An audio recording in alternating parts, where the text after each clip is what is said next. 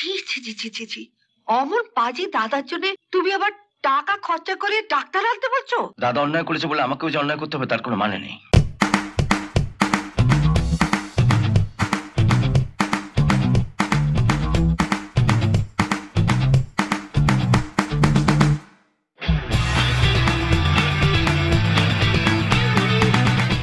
মানে নেই আবার কি?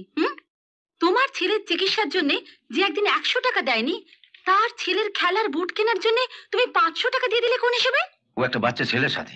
আমার গুড্ডু সেদিন আরো বাচ্চা ছিল। আহা, অত কথার দরকার কি? তুই যা, ওই 500 টাকাটা চেয়ে নিয়ে আয়। সাথে আমি বলছি তুমি যাবে না।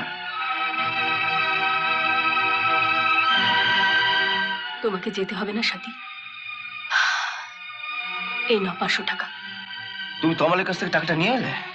যার বাবার ওষুধ কেনার টাকা নেই তারও তো শখ থাকবে কেন?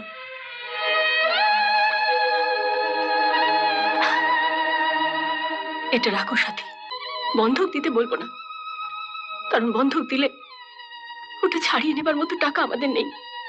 ওটা বেচে ঠাকুরপো দাদার চিকিৎসার জন্য যে 500 টাকা দিয়েছিল সেটা কেটে রেখে বাকিটা আমায় ফেরত দিও।